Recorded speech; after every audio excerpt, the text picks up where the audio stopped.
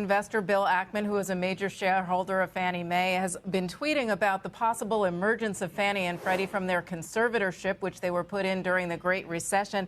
He says that what makes them particularly interesting today versus any other time in history, there's a credible path for their removal from conservatorship in the relative short term, that is, in the next 2 years. He says a successful emergence of Fannie and Freddie from conservatorship should generate more than $300 billion of additional profits to the federal government. He was the head of the FHFA, which is the conservator of Fannie and Freddie, and he was the one who, with Secretary Mnuchin in the first Trump administration, tried to get the two out of conservatorship.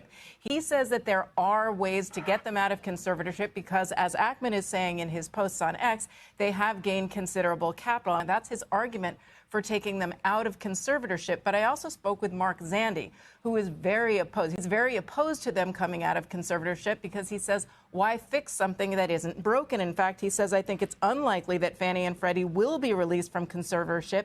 You see, there's going to be a lot of arguments on both sides of this. It's going to depend on what the new Treasury Secretary thinks, whether they can get any kind of explicit government backstop from Congress, and whether the two are well capitalized enough to take them back into the private market. So a lot to be going on here. Not going to happen in the first year, for sure. Back to you. No, for sure. And small volatile stocks moving a lot on these hints out there. I know there had been hopes under a new Trump administration there might be a path out, which, as you say, Diana, though, would seem to require either a government backstop or just more capital.